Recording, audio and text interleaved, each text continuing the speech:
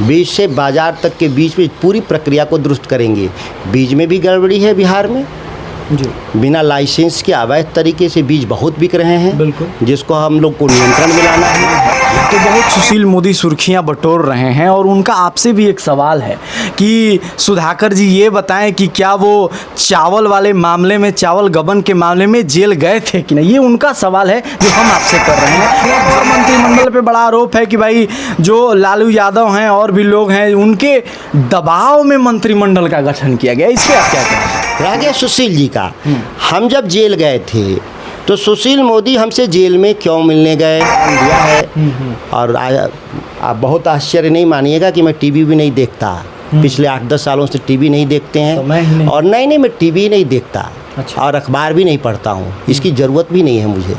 मैं राजनीति करता हूँ जनता का, और सीधे जो जनता कहती है उसको मैं मानता हूँ।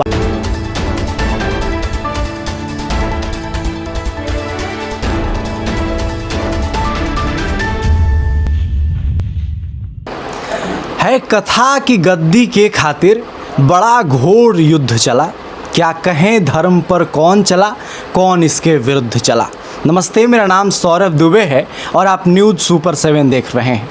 जब जब कालखंड, यदि आप इतिहास उठा करके देखें, चाहे वो कोई भी युग रहा हो, चाहे वो कोई भी कालखंड रहा हो, जब जब सत्ता के इर्द गिर्द कोई भी हलचल होती है तो इतिहास किसी एक पक्ष को धर्म का नाम देता है तो किसी एक पक्ष को अधर्म पथगामी कहता है। अब ऐसे में जो बिहार में हलचल मचा, जो हड़कंप हुआ, सियासी हड़कंप, अब सबसे बड़ा सवाल ये है कि इसमें धर्म और अधर्म की बात यदि कहा जाए तो इतिहास किसको धर्म पथगामी लिखे और किसको अधर्म पर लिखे। बहुत सारी बातें हैं करने को, और इन सभी बातों को आपके साथ साझा करने के लिए हमारे साथ अतिथि के रूप में कृषि मंत्री जो बिहार के हैं, हमारे साथ सुधाकर सिंह सर मौजूद हैं। बहुत बहुत स्वागत है आपका हमारे चैनल पे। पहले तो बहुत बहुत बधाई आपको कि आप कृषि मंत्रालय आपको दिया गया इस नए मंत्रिमंडल में। आप सबों को भी इस बधाई है इस बात को लेकर के कि आपके घर का, आपके साथ काम करने वाले को यह मौका मिला है कृषि मंत्री के तौर पे। जी, देखिए बहुत सारे सवाल हैं सुधाकर जी करने को, लेकिन यहाँ से शुरू करेंगे कि कृषि मंत्रालय आपको दिया गया, किसानों के लिए क्या कुछ प्लान है आपके दिमाग में कि आप जब कृषि मंत्रालय संभाल रहे हैं तो आने वाले दिनों में किसान किस तरह से पूरी चीज़ों को देखेंगे, क्या समस्याएं बनी रहेंगी या फिर उनको निदान पर कुछ किया जाएगा? सबसे पहले जो आपने धर्म और अधर्म जी, इस पे हम आएंगे। बात जो आपने शुरू किया, जी जी, भारत एक लोकतांत्रिक देश है। देश के लोगों ने स्वीकार किया था, अंगीकार किया था भारत का संविधान को जी, और भारत का संविधान ही धर्म है आज जी। इसीलिए धर्म अधर्म की जो भी व्याख्या होगी वो भारत के संविधान के दायरे में ही होगी। जी, जो संविधान कहता है, कानून कहता है, वही धर्म है। जो उसका पालन नहीं करता है वो धर्म है। यही आज की सच्चाई है। यह नैरेटिव देश में सेट करने वाले लोग,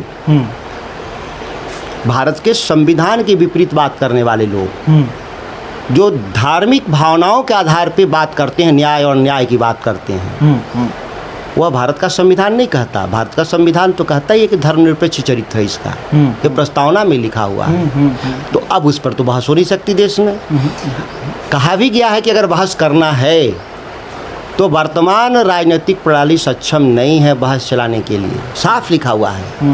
हम प्रस्तावना में कोई संशोधन नहीं कर सकते भारत के संविधान में। पार्लियामेंट भी, इंक्लूडिंग सुप्रीम कोर्ट भी, साफ शब्दों में लिखा है कि फिर इसके लिए एक संविधान सभा का गठन करना होगा और लोकसभा को सस्पेंड करना होगा।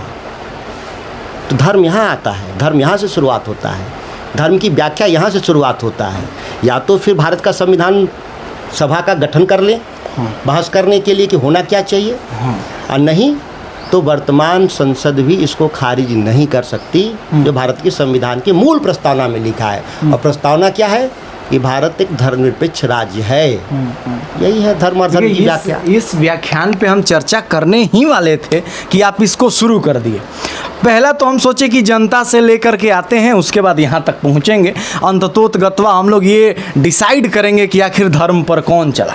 लेकिन पहले तो मेरा जो सवाल है कि आपके माइंड में क्या कुछ प्लान है, जो समस्याएं किसानों की बनी हुई हैं उन पर क्या कुछ आप करने वाले हैं? बिहार में किसान की असीमित समस्याएं हैं, सीमित नहीं, शायद देश में, बिहार में भी असीमित समस्याएं हैं।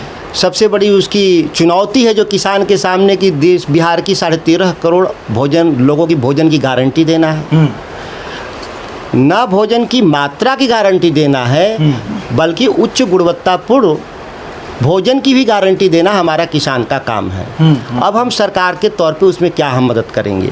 सरकारों के पास जो सीमित साधन हैं, उस साधनों के बंटवारे को लेकर के इस देश में जंग है। और आपने देखा होगा 3 कृषि कानून आए थे जिसका विरोध किसानों ने किया। बिल्कुल वैसा कानून तो बिहार में 2006 से ही ख़त्म हुआ पड़ा हुआ है। बाजार समितियाँ ख़त्म है, मंडी लॉ नहीं है बिहार में। तो ये सबसे बड़ी समस्या है। तो बीज से लेके बाजार तक के बीच में जो पूरी प्रक्रिया है किसानी का, उसमें सक्रिय रूप से दर्जनों जगह पर नीतिगत खामियां हैं। और नीतिगत खामियां मंत्री के तौर पे मैं सरकार के सामने उठाऊंगा। सरकार का मतलब होता है कैबिनेट। कैबिनेट में मैं ले जाऊंगा नीतियों की जो खामियां हैं, कैसे उसको हम दुरुस्त करें। और जब तक मैं इस पद पे हूँ ये काम करता रहूँगा, बिना भय, बिना लोभ, जो हमने शपथ लिया है वो करेंगे काम। बिल्कुल, जब मंत्रिमंडल में शपथ लिया गया उसके बाद बहुत सारी बातें सामने आने लगी, सुर्खियां बटोरने लगी, बहुत सारी बातें जो पुराने केसेस हैं उनको भी लाया गया सामने। तो पहला तो ये मेरा सवाल होगा कि जो ये नेचर पे सवाल हो रहा है नीतीश कुमार जी के, कि अभी पलट के इधर आए हैं, लोग ये कह रहे हैं कि ज़्यादा दिन तक ये टिकेगा भी नहीं, इस पे आपका क्या कहना है? यह फैसला पार्टी के शीर्ष निकाय के द्वारा, कोर कमेटी के द्वारा बहस के बाद तय हुआ है।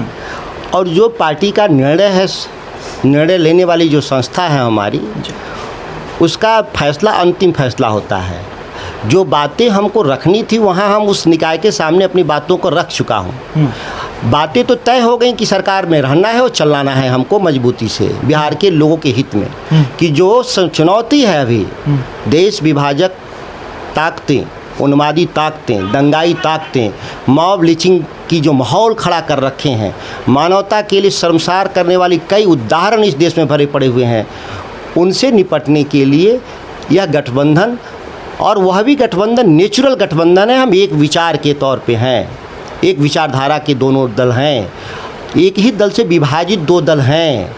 नेतृत्व को लेके सवाल कोई कर सकता है कभी, लेकिन वह भी तो फैसला है कि नेतृत्व तय भी है। इसमें सर्वोच्च निकाय ने तय कर दिया कि नेतृत्व कौन करेगा, जो तय कर दिया वही नेता है। आपके पार्टी का जब सरकार था तो एक उपमा दिया जाता था कि जंगल राज है, तो अब क्या उस आरोप को धोया जाएगा या फिर उसको किस तरह से मिटाने का प्रयास किया जाए? क्योंकि बार बार आप लोग ये दावा कर रहे हैं कि हम लोग ये जो जितनी भी घटनाएं हो रही हैं अमानवीय घटनाएं, उस पर अंकुश लगाएंगे। मैं तो आपको कहा ना कि देश भर में जी ये जो भारतीय जनता पार्टी की सरकार है, जो राक्षस राज कायम की है, जहाँ कोई कानून नहीं है, मॉब लिंचिंग से दुनिया में खराब कोई घटना हो ही नहीं सकता। धर्म के नाम पे लोगों को मारा जाना, भीड़ के द्वारा कहीं भी किसी की हत्या कर देना, यहाँ तक कि न्यायपालिका के खिलाफ तक चले जाना। जोधपुर के न्यायपालिका के बिल्डिंग पर राष्ट्रीय स्वयंसेवक संघ के लोगों ने तिरंगा को उतार करके वहाँ पर भगवा लहरा देना। यह कानून तोड़ने वाले लोग, जो आज सत्ता में जो लोग हैं, जो राक्षस राज कायम किए हुए हैं देश में, उन लोगों के लिए चिंता का विषय है। वह एक फिजूल का आरोप लगाते हैं राष्ट्रीय जनता दल और उसकी सरकार पर। घटनाएं होती हैं, लेकिन घटनाओं में सरकार का पक्ष क्या है ये देखा जाता है। अच्छा, पक्ष हमारा है, हम कानूनी कार्रवाई करेंगे। कभी भी दंगाइयों के खिलाफ कड़ी कार्रवाई किए हैं। ज़रूरत पड़ा है तो पार्टी के भीतर भी हम लोगों ने दल से निकालने का और मंत्री पद से भी निकालने का इतिहास रहा है। ऐसा नहीं है, हम सभी लोगों के खिलाफ कार्रवाई किए हैं, जिसके बारे में आप बिहार में जानते हैं। उसको हम फिर आगे भी हमारे पास सामने आएंगे, हम लोग कार्रवाई करेंगे।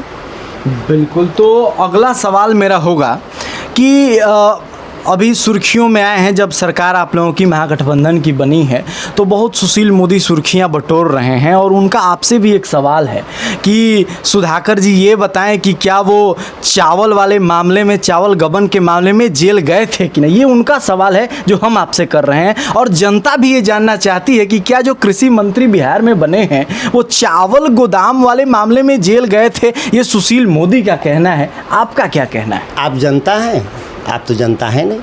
जनता हम के नहीं, सवालों फिर बात आप जबरदस्ती अपने को जनता मत मानिए। कहिए कि मीडिया जानना चाहती है। नहीं, देखिए जनता जो जानना चाहती है वो हम यहाँ पे माँ के द्वारा नॉमिनेशन में हमने दायर किया हो तो जनता जानती है। अखबार में पार्टियां विज्ञापन देती है कि मेरे कैंडिडेट पर ये आरोप हैं, जनता जानती है। आप अभी चुनाव के दौरान मीडिया के लोग इस बात को रखते हैं और बताते भी हैं, जनता जानती है। और जनता के निर्णय जनता ने चुन को मुझे भेज दिया, तो आप जनता को चुनौती दे रहे हैं आज के दिन में मीडिया के जरिए। एक बड़ा नया रोग है मीडिया का, मोदी ने किया है। तो आप सुशील की बात करिए, आप जनता की बात मत करिए, सुशील की बात करिए। जनता भी तो उनको सुन रही है, प्रेस कॉन्फ्रेंसेज हो रहे हैं जी। मैंने कहा कि अपनी बात करिए और सुशील जी की बात करिए जी, जनता की बात मत करिए। जनता तो हमको चुन के भेजी, आप जनता की बात कहाँ सुन रहे हैं? जनता की बात सुनते तो बात ही खत्म हो जाती। रह गया सुशील जी का।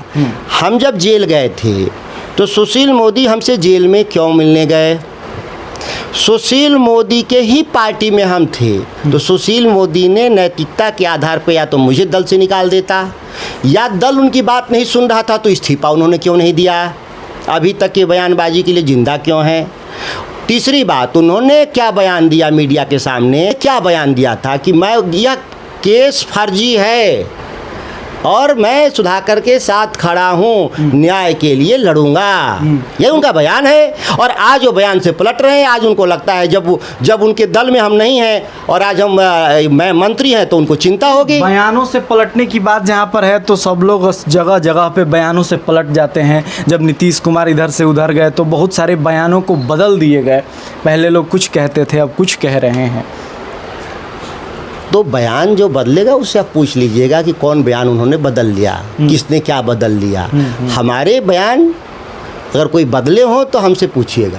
नहीं, राजद पहले कहा, आप ही की पार्टी कहा करती थी कि भाई पलटू काका हैं, अब वही काका उनके साथ हैं। अब वो सारे बयान नीतीश कुमार जब छोड़ करके महागठबंधन गए तो कहे कि भाई भ्रष्टाचार युक्त पार्टी है ये, उसके बाद फिर यहीं मिल गए, फिर भ्रष्टाचार, फिर बयान तो बहुत सारे बदले, आप भी खुद देख रहे हैं। जो बयान बदलते होंगे वो बयान पर अपना माफ़ी मांग लेंगे लोग जी। जो बयान बदलते होंगे वो लोग अपना माफ़ी मांग लेंगे। मेरे ना कभी स्टैंड पहले जो थे वो आज भी हैं, कल भी रहेंगे। एक और आरोप लगा मंत्रिमंडल पे सर, चूँकि बहुत सारी बातें जब निकल ही आई हैं तो आप ही से हम जान लें सारी बातें। एक और मंत्रिमंडल पे बड़ा आरोप है कि भाई जो लालू यादव हैं और भी लोग हैं, उनके दबाव में मंत्रिमंडल का गठन किया गया। इस पर आप क्या कहेंगे? मंत्रिमंडल का गठन कौन करता है? ये कानून को अगर देखिए, फिर आप धर्म की बात करते हैं, धर्म हमारा कानून है। कानून क्या कहता है? जी। पार्टी का राष्ट्रीय अध्यक्ष विधायक दल का नेता चुनवाता है, उसके नेतृत्व में विधायक दल की बैठक होती है और वो नेता चुनते हैं हम लोग। तो ये आरोप जो पार्टी का अध्यक्ष है वही न तय करेगा कि कौन मंत्री रहेगा और कौन सरकार में रहेगा। कि आप तय करिएगा, मीडिया के लोग तय करेंगे या विपक्ष तय करेगा? आश्चर्यजनक है। किसी भी पॉलिटिकल पार्टी का राष्ट्रीय अध्यक्ष ही नेतृत्व करता है विधायक दल का, और वो तय करता है कि कौन मंत्री बनेगा, कौन किस पद पे रहेगा। क्योंकि उसको चुनने वाले हम लोग हैं। राष्ट्रीय अध्यक्ष कोई अपने से नहीं पैदा हो जाता। पार्टी निर्णय लेने के लिए, शीर्ष पर निर्णय लेने के लिए राष्ट्रीय अध्यक्ष नियुक्त करती है, और उनका दायरा है, उनकी ताकत पार्टी के संविधान के जरिए मिला हुआ है कि वो निर्णय लेंगे। तो ये कहाँ विषय है कि लालू जी निर्णय नहीं लेंगे तो कौन निर्णय लेगा कि हमारी पार्टी में कौन मंत्री रहेगा, कौन पार्टी का महासचिव रहेगा, पार्टी का कौन हमारा प्रवक्ता रहेगा, पक्ष रखेगा? ये तो सब तय है वहाँ पे। बिल्कुल। तो अंतिम सवाल चलते चलते करेंगे, किसानों को लेकर के एक सवाल बहुत आ रहा है कि खाद और बीज की जो उपलब्धता है उसको लेकर के आपका क्या कहना है? क्या कुछ आगे का आपका प्लान है और क्या कुछ अभी है? पहले का इतना ही मैं कह रहा हूँ कि गड़बड़ी है। आगे गड़बड़ी को हम ठीक करेंगे। बीज से बाजार तक के बीच में पूरी प्रक्रिया को दुरुस्त करेंगे। बीज में भी गड़बड़ी है बिहार में जी। बिना लाइसेंस के अवैध तरीके से बीज बहुत बिक रहे हैं, बिल्कुल, जिसको हम लोग को नियंत्रण में लाना है। यहाँ तक कि जो मेरा एजेंसी है खुद की सरकार की बीज निगम, उसमें स्वयं में भारी गड़बड़ी है, उस पर भी कई आरोप हैं, उसको भी हम ठीक करेंगे। रह गया बात फर्टिलाइज़र, यह केंद्र सरकार का काम है फर्टिलाइज़र देना। वो 35% कम दिया और आश्चर्यजनक रूप से इस बात को अगर प्रेस कॉन्फ्रेंस अगर वक्त मिला तो आज मैं कहूँगा, चूँकि कल कृषि मंत्री ने, पूर्व कृषि मंत्री और पार्टी के प्रदेश अध्यक्ष ने कुछ बयान दिया है और आप बहुत आश्चर्य नहीं मानिएगा कि मैं टीवी भी नहीं देखता। पिछले 8-10 सालों से टीवी नहीं देखते हैं। तो और नहीं मैं टीवी नहीं देखता। अच्छा। और अखबार भी नहीं पढ़ता हूँ, इसकी ज़रूरत भी नहीं है मुझे।